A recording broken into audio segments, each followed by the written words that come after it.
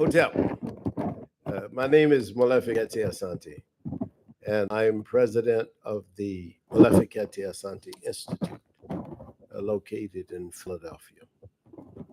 I just wanted to share with the MKA Asante subscribers some general ideas about the contemporary situation we're in. Generally, most of us who live in the United States of America, or in fact, almost anywhere in the Western world, including in the African nations that are deeply in the Western world, uh, tend to believe that the times that we're living in are the worst of times. Sometimes things are quieter than others, but in most cases, what we see really are the evidences of societies that have actually advanced what my friend Edgar Ridley calls a neurological misadventure. And what he means by that is that the earliest development that gave the world the notion of symbol and symbol thinking allowed human beings to develop categories and conflicts. In fact, it's only symptomatic thinking that gets us back to the authentic idea that was almost at the beginning of all the things that we consider to be symbols, whether it is religion or society or economics or anything else that we want to think about. I want to just mention to you about several issues and several events that are occurring constantly, it seems to us, in this day and age, in which we are experiencing something that is certainly no more severe than what our ancestors experienced in the Americas, whether in the Caribbean or in North America or in South America. African people experience incredible conditions. And this is true also even under colonialism on the African continent itself. But in the current climate that we are in the United States of America, one of the things that has occurred is a political regime that has, in effect, walked away from many of the ideas that we at one time considered to be standard ideas for a progressive society.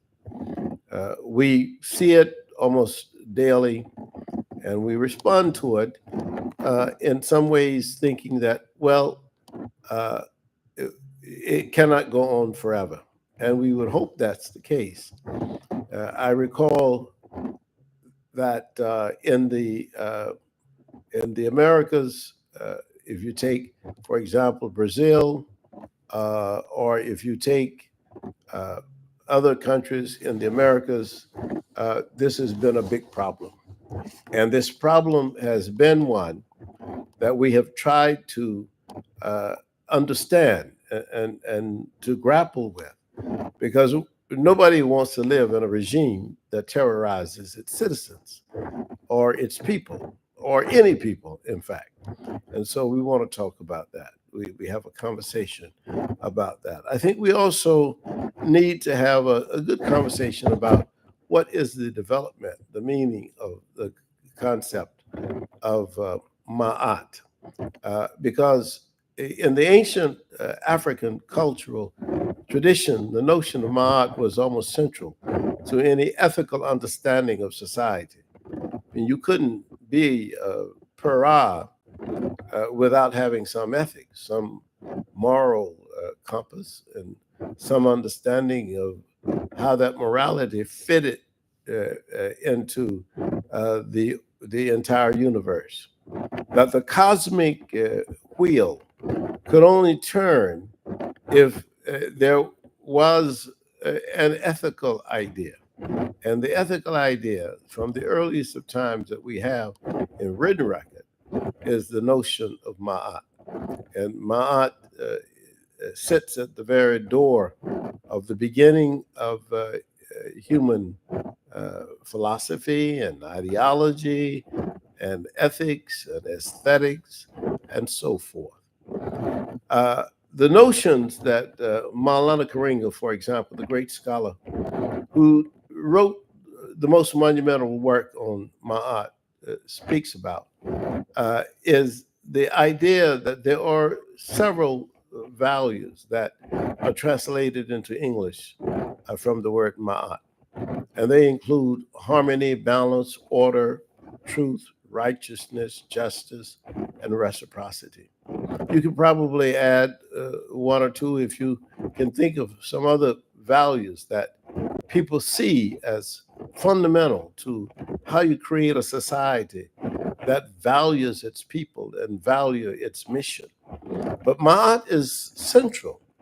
So in, a, in a society, for example, such as the United States of America, where you have people running around telling people that, look, there are those who are human and those who are unhuman. And to try to define the unhuman as people who believe in compassion or who believe in mercy or who believe in justice or who believe in helping the disabled or who believe in protecting the oppressed, to say that those people are unhuman, or as one of the American leaders said, is not only unhuman, but that's socialism. It's amazing to me, given my understanding of African history and culture, that someone would take the best values out of African history and culture and to speak of them, the people who believe in them or who accept them as a way to live, as unhuman. In fact, no, it is not unhuman. And in fact, there's no such thing as unhuman. We're all human beings. And whether you agree with me politically or ideologically or philosophically, or you're a human being. And now we can describe people as being inhuman in the sense that they are not operating like human beings, but we can't ever say people are unhuman. You can say this person is operating in an inhuman way, and you get at that when you ask the question, how do you protect the most vulnerable people in your society? If a society does not protect its most vulnerable people, then you have to say that that's some action that is inhuman.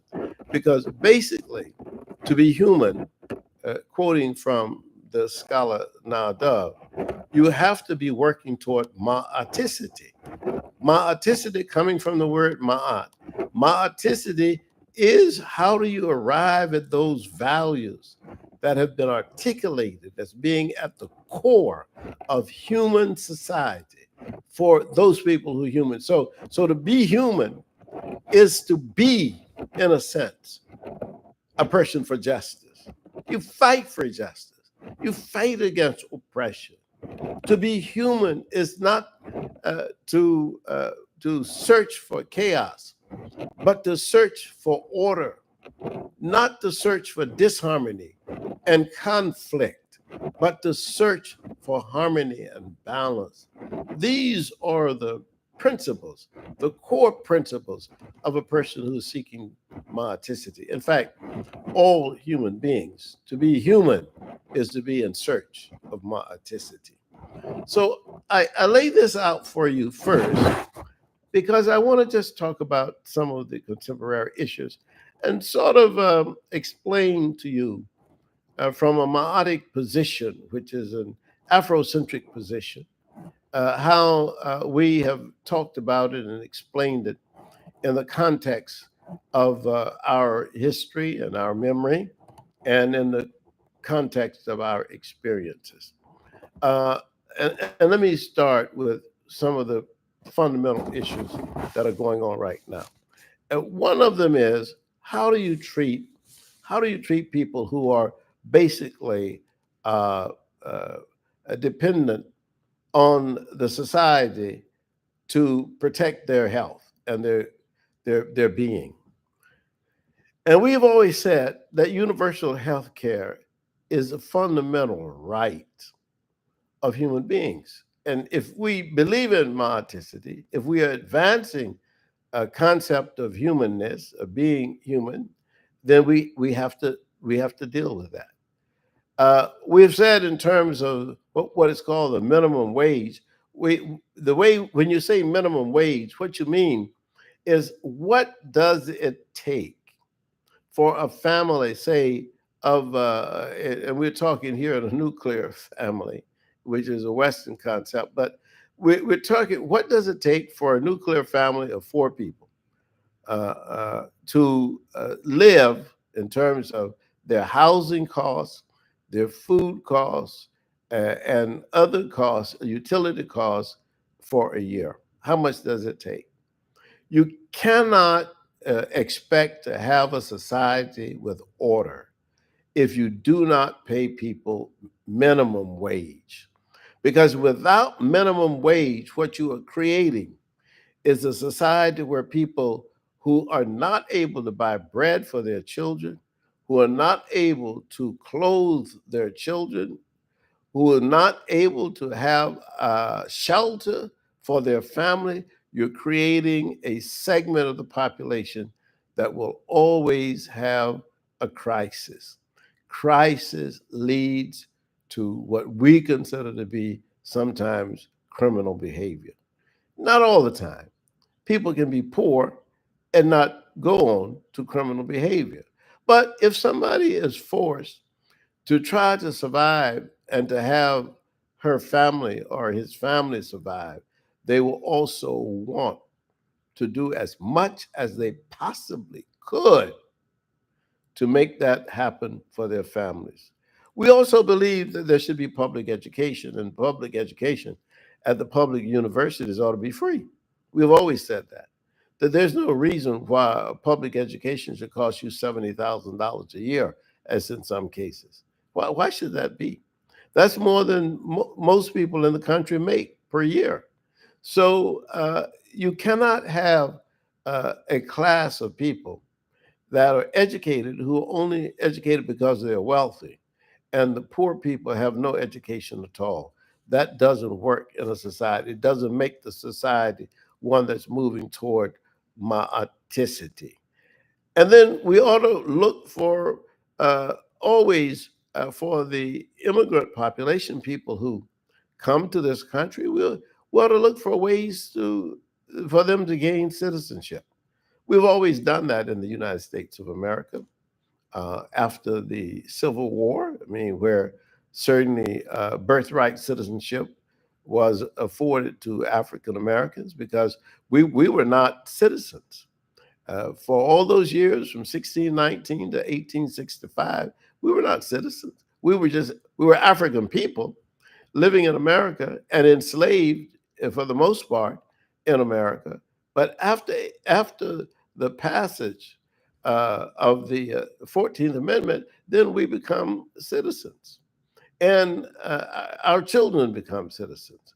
And anybody coming into the United States of America who has a child who's born in the United States of America, that person's child becomes a citizen of the United States of America. This was fundamental, and this was necessary because all the Europeans who came, remember this, all the Europeans who came to this country before 1919, if I'm precise on this, before 1919, didn't have to worry about that. There was no question about that. You came from Europe, and you immediately you could become a citizen. You see, and in 1919 they began to have what they call immigration laws, and those immigration laws were originally set up not for Africans or Asians, but it was actually set up first for to keep out Southern Europeans and Eastern Europeans, because the Western and Northern Europeans thought that there were too many of them were coming from those countries, and so they wanted to put a stop to that. And so then in 1919 they began to have immigration laws, and then after that, of course, we had the Chinese exclusion law, and so forth and so on. So the country has had a bad history after the Europeans had peopled the country, basically taken it over from the indigenous people and wiped out as much of their culture as possible and took over all their land, and then decided that, well, now that we're here, we have to keep other people at a different level. And that different level for uh, Africans and Asians, particularly, and now in more current times, for people coming from the Spanish speaking regions of the Americas, is how do you keep out brown and black people? And how do you put a stop on that?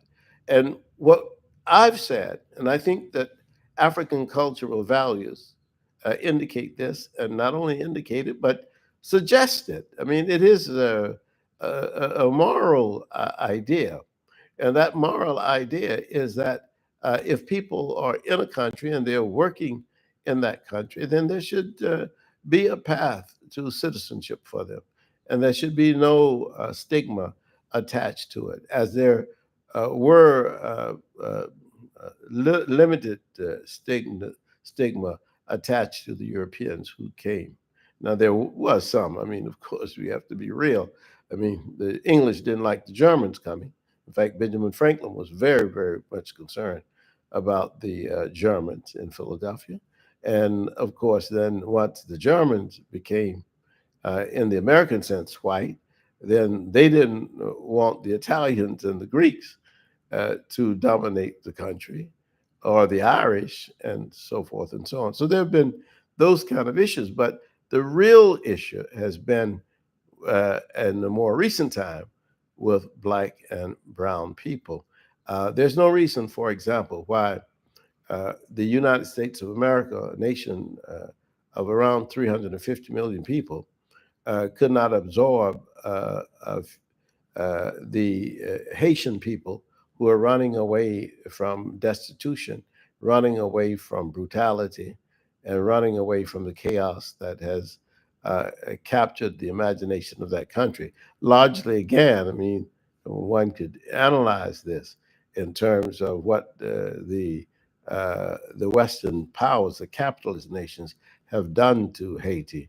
And this is not the subject of my talk today, but I will eventually talk about that, because that is also extremely important that we understand how Haiti became what Haiti has become.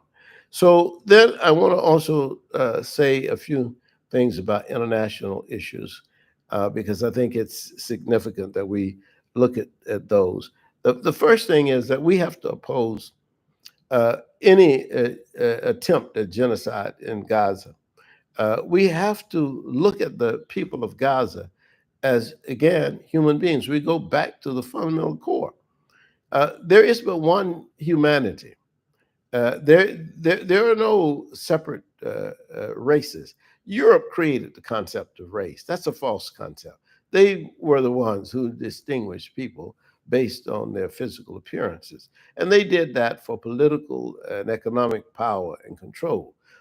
You could set that up based on the color of people's eyes if you wanted to, but that's what Europe did, that on the basis of uh, skin color and texture of hair, and all those kinds of things. And they created these divisions among uh, people, and they made people believe that these were natural divisions. In fact, they at one time believed that there were several places where Homo sapiens grew up, that Homo sapiens didn't just start in Africa.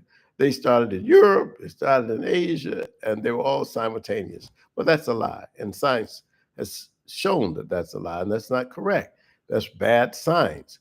All Homo sapiens started on the continent of Africa around 250 to 350,000 years ago. That's all Homo sapiens. Every human being on the earth today is fundamentally a Homo sapien. So that is the fact, that before 70,000 years ago, that is before the out-migration out of the continent of Africa, all human beings, all humans, all Homo sapiens were black. But after the migration, then of course we began to see also that different physical types and features occurred over thousands of years in different parts of the world. But the fundamental point that I'm making here about the international idea is that we as African people cannot support any form any form of oppression of another people. And that is, I've always told people, even though I oppose the oppression of the people in Gaza, I also oppose and have opposed the oppression of Jewish people. I oppose anti Semitism. I oppose also anti Africanism.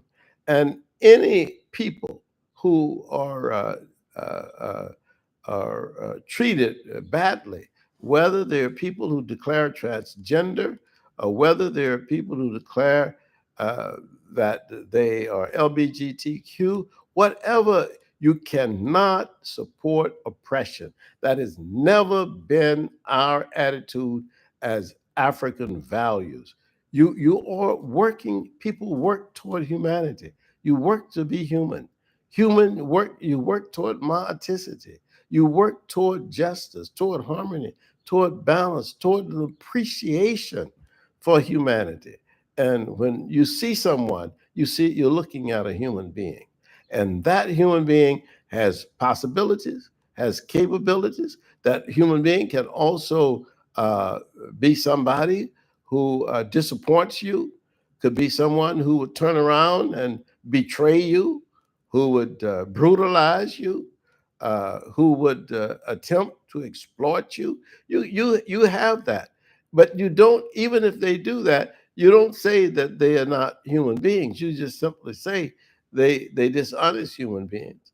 They're betraying human beings. They're brutal human beings, but they're human beings. No such thing as unhuman in this regard. You see, but there are people who do inhumane things, inhuman things. So let's get back to some of these political issues. I just want to go through some of them quickly because I think that part of what I am seeing when I talk to people daily is that there's a lot of lack of knowledge. Actually, there's a lack of knowledge about what is going on in the world and what has gone on in the world. Take for example this whole question of the war in Congo. The war in Congo, and Congo has been at war probably longer than any other nation, longer than the Ukraine war, longer even than the Sudan war. The war in Congo has been going on almost immediately after the massacre in Rwanda. And this is because a group of people left Rwanda and formed a group called the M23. And those borders between Rwanda and Congo are adjacent. And it's easy for groups to slide from one country to another country. And so, in going from Rwanda into Congo to join up with even uh, people of the same ethnic community, uh, what happened was M23 was formed to fight against the people in eastern Congo. And unfortunately for Congo, this was an area, or is an area, of some of its richest minerals.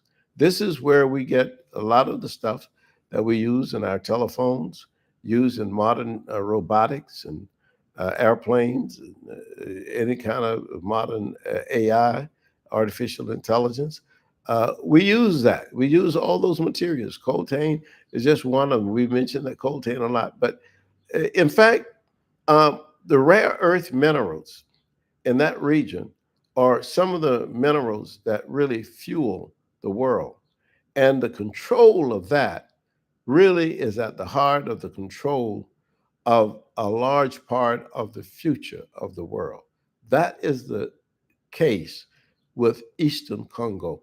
Congo is, in effect, probably the richest nation in the world in terms of the minerals that are within the minerals and resources that are within that country. And so claiming that is something that nations have been looking forward to. One of the things that just happened recently, a couple of weeks ago, was that the president of the United States, Trump, announced that there had been a deal between Rwanda and Congo. And this deal had been one that was mediated by a man, uh, uh, Bulus, who is the actually his son married Trump's daughter, Tiffany. And Bulus was given almost authority to go and deal with the African leadership. So, in the name of Trump. So, he went and supposedly got a deal between Rwanda and Congo with the idea that the minerals of the Congo would be traded to the United States of America, and that America would have a big lock on that if America could help President Tshisekedi keep down the fighting with the people in the M23 that are supported by President Kagame of Rwanda. And so they had this big announcement in the Oval Office that a deal had been made. Now, President Tshisekedi from Congo, Democratic Republic of Congo, was not there, and neither was Kagame from Rwanda in the Oval Office. Just Trump and his handpicked member of his legal family and some lower delegation from Congo and from Rwanda, and they announced this deal. Uh, the African community as a whole, from what I can gather from talking to people on the continent, as well as people in the United States and in Brazil, who are African people, we basically are disappointed at Rwanda and at Democratic Republic of Congo for basically, again, putting themselves into a slavery position to the Trump administration. And the reason we say this is because there is no good in this contract for the people of Congo. The United States government has not agreed to build schools or to help the economy of Congo. What they have done is to try to rob Congo of its minerals. And this is in a global international competition with the Chinese government. And this is a very critical time for Africa because Africa controls the future of the earth in terms of resources. And everybody knows that. Everybody knows that that's the big one. The big one is Africa. And how do you control the African resources without controlling or at least manipulating the vanity of African leadership? That to me is one of the biggest problems of African people that we have. And we are always discussing this and trying to come to some understanding of why this is the case. Part of it is ignorance, as I say. I mean, people just don't know their own history and don't even know the history of the colonization of Africa. And that's a big problem. Now, one of the responses that the Chinese made to this is to do something which is quite profound. President Xi of China announced about 3 weeks ago that that the nations of Africa will pay zero tariffs to China, that they can trade with China without any tariffs. Meanwhile, Trump has placed his highest tariffs on nations in Africa, including, of course, Madagascar and Lesotho. Those countries have almost 70% or 65% of tariffs on those countries. And in fact, the rest of the African countries have 30 and 40%. I mean, there are a few countries that have been exempted, and those few countries apparently Trump has asked for them to come to Washington to have a meeting. 5 nations come to Africa and have a meeting with Trump. But if those nations go to Trump in Washington, they ought to go with a message from the African world that we do not like the way you are treating the black and brown people in your own country or the black and brown people in the Americas. That ought to be the way, the positioning of the African leadership. But I can guarantee you that very few African leaders will have the sort of moral courage to do this. Sometimes we wish for the great ones that we lost. But we know that if we lost great ones will come again. And this is always the case. I mean, even though we sometimes young people come up to me and say, Dr. Asante, don't you really like what Traore is doing in Burkina Faso? And I said, yeah, I like what he's doing, but it shouldn't be an episode. I mean, why shouldn't all leaders of Africa be able to speak their own truths for the interests of their own people and not for self-aggrandizement? I mean, that to me seems we keep waiting for Sankara or Nkrumah or Nyeri when in fact we don't have to wait for them. I mean, there are people who still today, I believe, in every African nation, who have the same spirit that Mugabe had.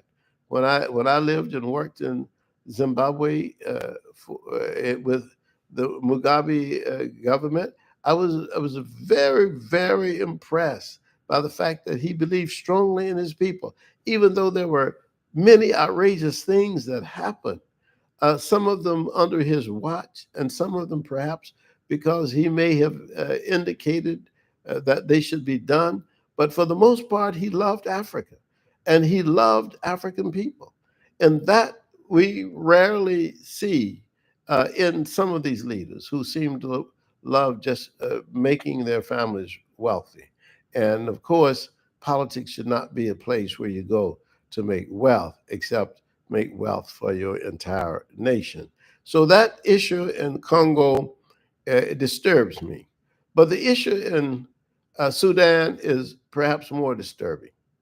And it's more disturbing for a number of reasons. Uh, my own ancestry is traced to Sudan and to Nigeria, both of those countries. And I feel deeply for Sudan. I feel that the rapid uh, uh, forces that were created as the jungle weed, who have taken over certain sections of the country and are trying to take over Darfur, and the army under the Sudanese government, I think they both have wrong-headed attitudes. Here's what I mean. Sudan is a huge country, and it is uh, actually, uh, it could be one of the great countries of Africa. But you have a minority of people. 15% of the people see themselves as Arabs, and 85% see themselves as Africans. And the people who are controlling both the Rapid Defense Forces and the army are, see themselves as Arabs. So they got people fighting against each other for who is going to take over the power to control this African nation. And in fact, the majority of the people, as I say, do not have the right to vote or to decide who their leadership is. And if they did, they would vote and decide on an African leadership. And they, not because an African leadership is necessarily more moral, but because the demographics of the country are clear. You have 85% of the people who are African, and 15% of the people who say they are Arabs, and that's also questionable.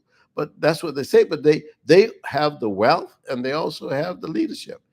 This is not a, people like to sometimes say, and I have this conversation with the Marxists, that this is a class issue. No, it is maybe there are class elements in it, but the real issue is a cultural problem in Sudan.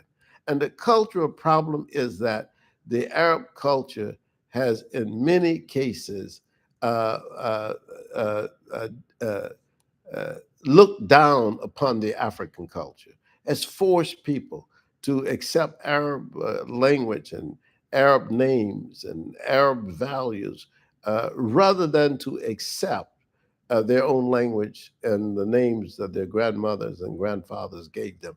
That is a big problem, and it's a fundamental problem that has to be dealt with continentally in Africa. You should respect everybody's culture.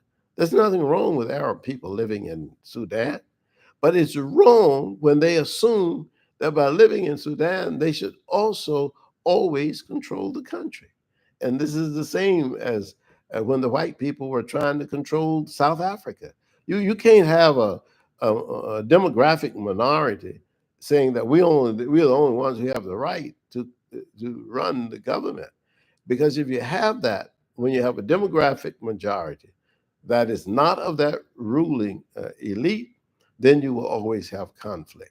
The best way is assume that all human beings are indeed, as Subukwe used to say, humans. There's not, there's just one human race. There are no separate races. These categories are all artificially defined. So that's the Sudanese issue. Uh, the issue, one more thing that I'm disturbed by is that we don't talk about the situation that happened the other day in Israel during the time that Iran was bombing Israel. And the African people in Israel were left out of the bomb shelters.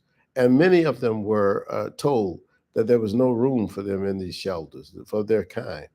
And these were black Jews, and I worry about this kind of thing only because, again, you have the separation of people. Some are considered humans, and others are not. And I think this is at the core of the Gaza issue. If you ask me, the people of Gaza are just as human as the people of Israel, and you can't. I mean, when you go back to history and you look at the Holocaust in Germany, you see that the same issue occurred. That the Germans considered the Jewish people not human. You see, and if you look at the enslavement of African people in the United States of America, my ancestors were considered not human. In fact, not only not human, but but below any possible human being could be. And yet, we have incredible examples now, and which we had then, of African people demonstrating all kinds of gifts and capabilities. So I'm going to try to bring this to a close, and I'll take this up again at another point when we're discussing other issues, because the Institute, the Molefi Kete Asante Institute, we own Sabatica for a while. And so what I thought I would do is just have several conversations with the audience about the various issues that are going on. And one thing I want to just re-emphasize, and that is that uh, symptomatic thinking is one of the best ways for us to approach all these issues, because then we don't have the illusions. Symbols have created illusions. I'm not saying that we can live in a world without them, but I guarantee you that we will have less problems if we have less holds onto symbols. People fight. Oh, this whole notion, people fight over flags. Flag is a piece of cloth. People fight over that, and People fight over these symbols when the symptomatic thought process will allow us to have a much more revolutionary approach to how we deal with all human beings. And that, to me, is the key for the future. And for the future of Africa, I say, may our artists, musicians, and dancers, and uh, painters, may they join with the outstanding, incredible scientists, many of them represented by the African Academy of Science, and some of them doing extraordinary work, like Dr.